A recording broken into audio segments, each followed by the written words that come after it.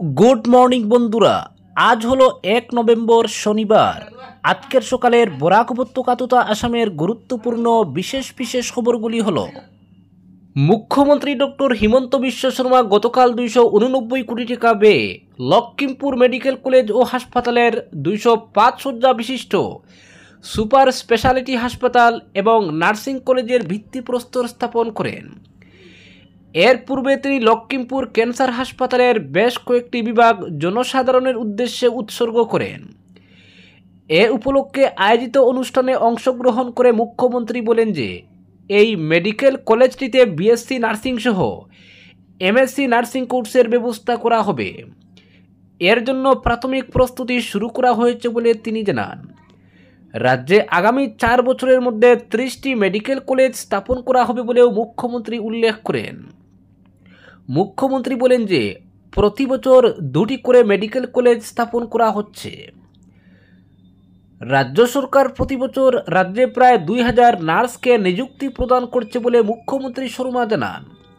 Super speciality হাসপাতালটিতে বেশ কয়েকটি বিভাগ স্থাপন করা হয়েছে বলে উল্লেখ করে তিনি বলেন যে এর জন্য প্রয়োজনীয় অত্যাধুনিক চিকিৎসা সরঞ্জামের ব্যবস্থা করা হবে। এরপর মুখ্যমন্ত্রী গতকাল ডুমডুমায় আত্মসহায়ক গোষ্ঠীর 13,822 জন হিতাধিকারীকে মুখ্যমন্ত্রী উদ্যমিতা অভিযানের চেক প্রদান করেন। এছাড়া 183 কোটি টাকা ব্যয় সাপেক্ষে বিভিন্ন প্রকল্পের ভিত্তিপ্রস্তর স্থাপন করেন। মুখ্যমন্ত্রী প্রধানমন্ত্রী চা শ্রমিক প্রংশহন যোজনার অধীনে 24টি বিদ্যালয় ভবনের ভিত্তিপ্রস্তর স্থাপন করেন। ডিমা হাসাও জেলার ম্যাজিস্ট্রেট মনীন্দ্রনাথ নাগাতে এক বিজ্ঞপ্তিতে ভারতীয় ন্যায় সংহিতার সুরক্ষার 163 ধারার অধীনে জাঠিঙ্গা এবং দুয়াং গ্রামে পরিযায়ী পাখি দ্বারা পাখি নিধন ক্ষেত্রে নিষেধাজ্ঞা জারি করেছেন। বিজ্ঞপ্তিতে আরও বলা হয়েছে যে পাখি দ্বারা বধ করা ও পাখিদের ক্ষতি করার জন্য উচ্চ ক্ষমতা সম্পন্ন হ্যালোজেন লাইট এবং লম্বা খুঁটি ব্যবহার করা যাবে না। বন বিভাগের পক্ষ থেকে 24 ঘন্টা পাখিদের সুরক্ষার ব্যবস্থা করা হয়েছে এবং নির্দেশ অমান্যকারীদের বিরুদ্ধে আইনি ব্যবস্থা গ্রহণ করা হবে বলে বিজ্ঞপ্তিতে জানানো হয়েছে। বাজারেছড়ার শ্রীনগর গ্রামে চুরি, লুট 1,70,000 টাকা। রাতের আধারে গোয়ালঘর থেকে গৃহপালিত গরু চুরির পর এবার গৃহস্থের ঘরে প্রবেশ করে হাত সাফাই চলছে এবং চাঞ্চল্যকর চুরিকাণ্ডটি সংঘটিত হয়েছে বাজারেছড়া থানা অধীন শ্রীনগর গ্রামে। জানা গেছে পরিবারের সদস্যদের অনুপস্থিতিতে বৃহস্পতিবার রাতে গৃহকর্তা অমিত পালের বাড়িতে ঘটে গেল এই চাঞ্চল্যকর ঘটনা। গৃহকর্তা অমিত পাল জানান, এদিন সন্ধ্যা রাতে দুঃসাহসিক চুরির ঘটনাটি সংঘটিত হয়েছে। তিনি জানান, বৃহস্পতিবার দুপুর প্রায় 2টার সময় তিনি বাজারেছড়া সাপ্তাহিক হাটে নিজের ব্যবসার কাজে বেরিয়ে যান। রাত প্রায় 10টার দিকে বাড়ি ফিরে তিনি দেখেন ঘরের দরজা ঠিকঠাক থাকলেও ভিতরে প্রবেশ করতেই চোখে পড়ে স্টিলের আলমারির দরজা খোলা। এতে বিস্ময়ে হতবাক অমিতবাবু তৎক্ষণাৎ ঘরের চারপাশ খতিয়ে দেখেন ঘরের পেছনের জানালাটি ভাঙ্গা ও খোলা অবস্থায় রয়েছে। তা দেখে তিনি বুঝতে আর বাকি থাকেনি চোরেরা জানালা দিয়ে প্রবেশ করে চুরির ঘটনা ঘটিয়েছে। এরপর তিনি আলমারির লকার পরীক্ষা করে দেখেন তাতে রাখা 1,70,000 টাকা উধাও। হঠাৎ এমন বিপুল অর্থ গায়েব দেখে তিনি মুহূর্তের মধ্যে হতভম্ব হয়ে পড়েন।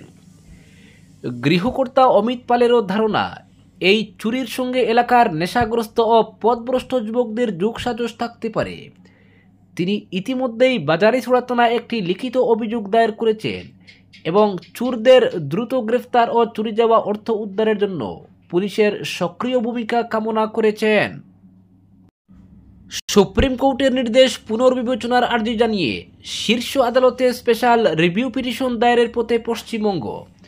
সুপ্রিম কোর্ট আগেই জানিয়ে দিয়েছিল সব প্রাথমিক শিক্ষককে টেট পাস করতেই হবে। এর জন্য 2 বছরের সময়সীমা বেঁধে আগেই নির্দেশ দিয়েছিল আদালত। শুধু চাকরির 5 বছর বাকি থাকলেই মিলবে ছাড়, এই পর্যন্ত বলা হয়েছিল। শীর্ষ আদালতের এই নির্দেশের ফলে পশ্চিমবঙ্গের প্রায় 90,000 প্রাথমিক শিক্ষক শিক্ষিকার চাকরি রয়েছে অনিশ্চয়তার মধ্যে। এবার সকল শিক্ষক শিক্ষিকার চাকরি রক্ষায় নির্দেশ পুনর্বিবেচনার আবেদন জানিয়ে সুপ্রিম কোর্টে স্পেশাল রিভিউ পিটিশন দায়ের করতে চলেছে রাজ্য।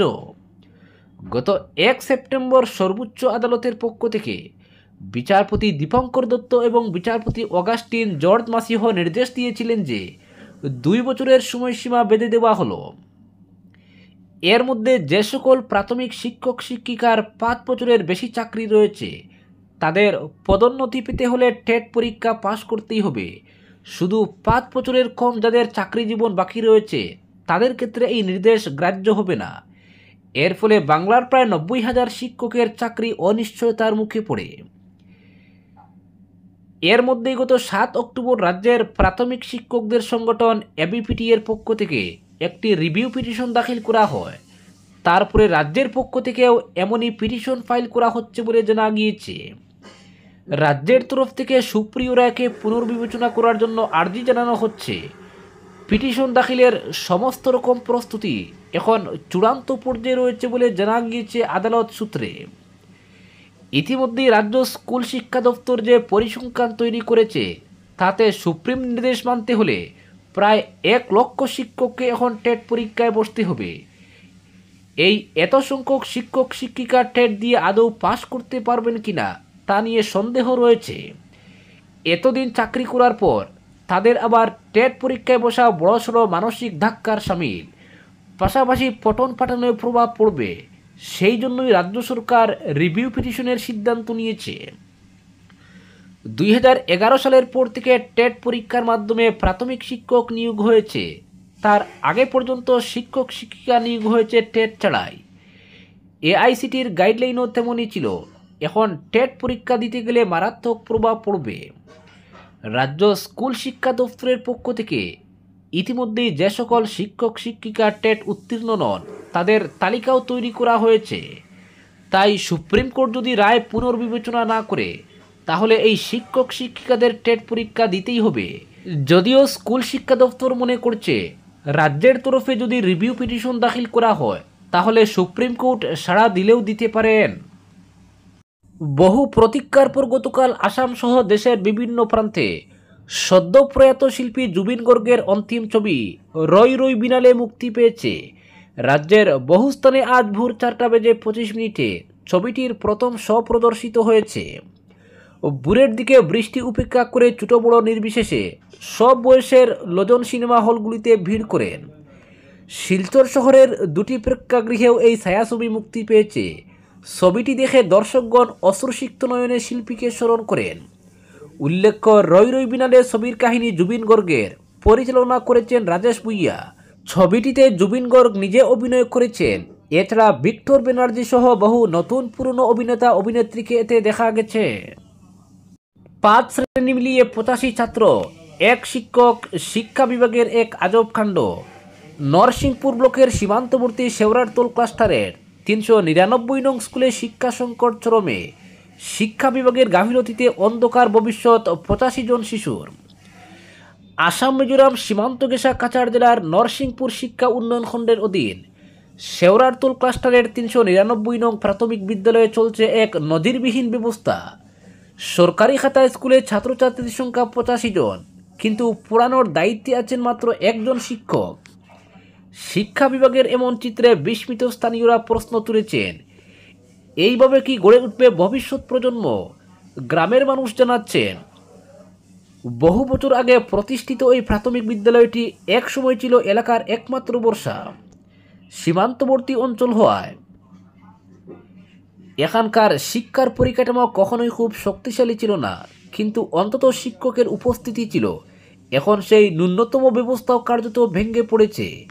বিদ্যালয়ে মোট 5টি শ্রেণী, প্রথম থেকে পঞ্চম পর্যন্ত, অথচ সবকটি ক্লাসের পড়ানো, উপস্থিতি, খাতা মূল্যায়ন থেকে শুরু করে মিড ডে মিল তদারকির সব দায়িত্বই সামলাচ্ছেন একাই প্রধান শিক্ষক ভক্ত সাহা। তার উপরে রয়েছে অতিরিক্ত দায়িত্ব ব্লক লেভেল অফিসার হিসেবে ভোটার তালিকা হালনাগাদ ও প্রশাসনিক কাজ। একজন মানুষ কতটুকু সামলাতে পারেন? ফলত শ্রেণীকক্ষে পড়াশোনার মান নেমে এসেছে তলানিতে। বাচ্চারা দিনে কয়েক ঘন্টা স্কুলে কাটালেও পড়াশোনার মতো পরিবেশ পাচ্ছেন না। শিক্ষক এক, ছাত্র 85 জন, এটা কোনো শিক্ষার পরিবেশ হতে পারে না, মন্তব্য স্থানীয় অভিভাবকদের। স্কুল সূত্রে জানা গেছে, কিছু মাস আগে পর্যন্ত এখানে আরও একজন শিক্ষক কর্মরত ছিলেন, বর্ণিতা গোস্বামী, কিন্তু তিনি ব্যক্তিগত কারণে বদলি হয়ে অন্যত্র যোগ দিয়েছেন। এখন পুরো স্কুলের বার একা ভক্ত সাহার কাঁধে। স্থানীয়দের অভিযোগ, শিক্ষক বদলির ক্ষেত্রে শিক্ষা বিভাগ স্বজন পোষণ ও প্রভাবের রাজনীতি চালাচ্ছে। সুবিধাজনক জায়গায় বদলি হচ্ছে যারা প্রভাবশালী, বাকিরা রয়ে যাচ্ছেন দুর্গম এলাকায় বন্দী অবস্থায়, খুব উগরে দিয়েছেন এক গ্রামবাসী। এদিকে শিক্ষা দপ্তরের তরফে এখনও পর্যন্ত কোনো বিকল্প ব্যবস্থা নেওয়া হয়নি, ফলে শিশুদের ভবিষ্যৎ কার্যত অনিশ্চিত হয়ে পড়েছে। সরকারি দাবি অনুযায়ী রাজ্যে শিক্ষা পরিকাঠামো উন্নয়নে বছরে কোটি কোটি টাকা বরাদ্দ হয়। স্কুল ভবন সংস্কার, mid day meal, smart classroom সবই কাগজে কলমে জলমূলে প্রকল্প, কিন্তু মাটির বাস্তবতা একেবারেই উল্টো। নরসিংপুর, কাটলিজোড়া বা দেওরাচাঁদপুরের মতো প্রত্যন্ত অঞ্চলে এখনও দেখা যায় শিক্ষক সংকট, জরাজীর্ণ স্কুল ভবন আর ভগ্ন চেয়ার টেবিল। শিক্ষকের অভাবে ছাত্রছাত্রীরা নিয়মিত স্কুলে এলেও পড়াশোনার প্রতি উৎসাহ হারাচ্ছে। একাধিক অভিভাবক জানিয়েছেন, শিক্ষা বিভাগের এমন উদাসীনতায় আমাদের সন্তানদের ভবিষ্যৎ অন্ধকারে টেনে দেওয়া হচ্ছে।